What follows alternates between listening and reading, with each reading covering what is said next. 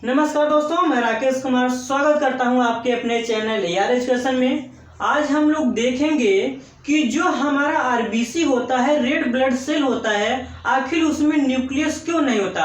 हम लोग सब ये पढ़े हैं कि आरबीसी होता है लेकिन उसके अंदर न्यूक्लियस नहीं होता। तो जो न्यूक्लियस है वह क्यों नहीं होता है, आज उसका हम रीजन बताएंगे।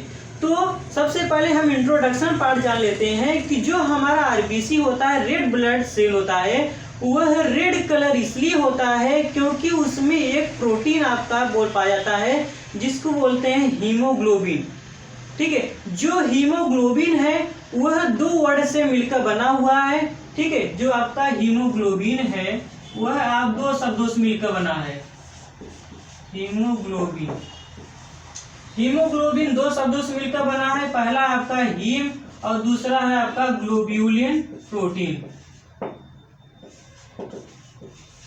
तो जो आपका हीमोग्लोबिन है वह हीम और ग्लोबिन, हीम मतलब आयरन और ग्लोब्यूलिन प्रोटीन से मिलकर बना है।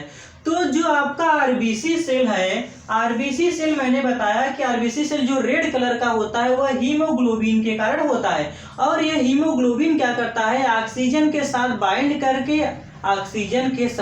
बाइंड करके शरीर के प्रत्येक कोशिका तक पहुंचाने का काम करती है।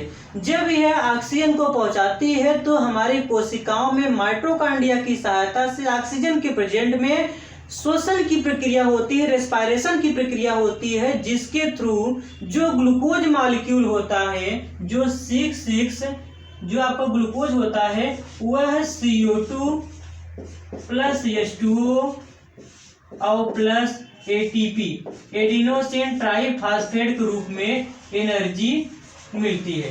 तो जब रेस्पिरेशन की प्रोसेस हो जाती है तो वहां से कार्बन डाइऑक्साइड उत्पन्न होती है। तो जो हमारा हीमोग्लोबिन है ऑक्सीजन और कार्बन डाइऑक्साइड को ट्रांसपोर्ट करने का काम है। तो दूसरी बात यह आती है कि आखिर से जो आपका आरबीसी होता है उसमें न्यूक्लियस क्यों नहीं होता है।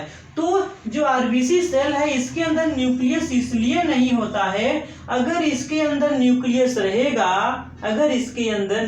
रहेगा तो हम लोग जानते हैं कि जो आरबीसी होता है वह हीमोग्लोबिन से कंटेन है।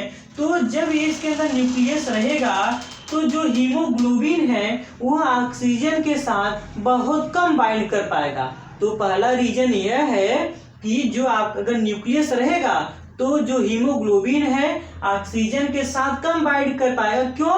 क्योंकि इसका अधिकतर स्थान कौन ले लिया है, ये न्यूक्लियस ही ले लिया है। अगर न्यूक्लियस नहीं रहेगा तो वह अधिक मात्रा में ऑक्सीजन को बाइंड करके एक जगह से दूसरे जगह तक ले जा सकता है। ये था पहला रीजन। और दूसरा रीजन यह है, अगर इसके अंदर न्यूक्लियस रहेगा तो जब हमारा ब्लड सेल बहुत थीन ब्लड कैपिलरी से होकर गुजरता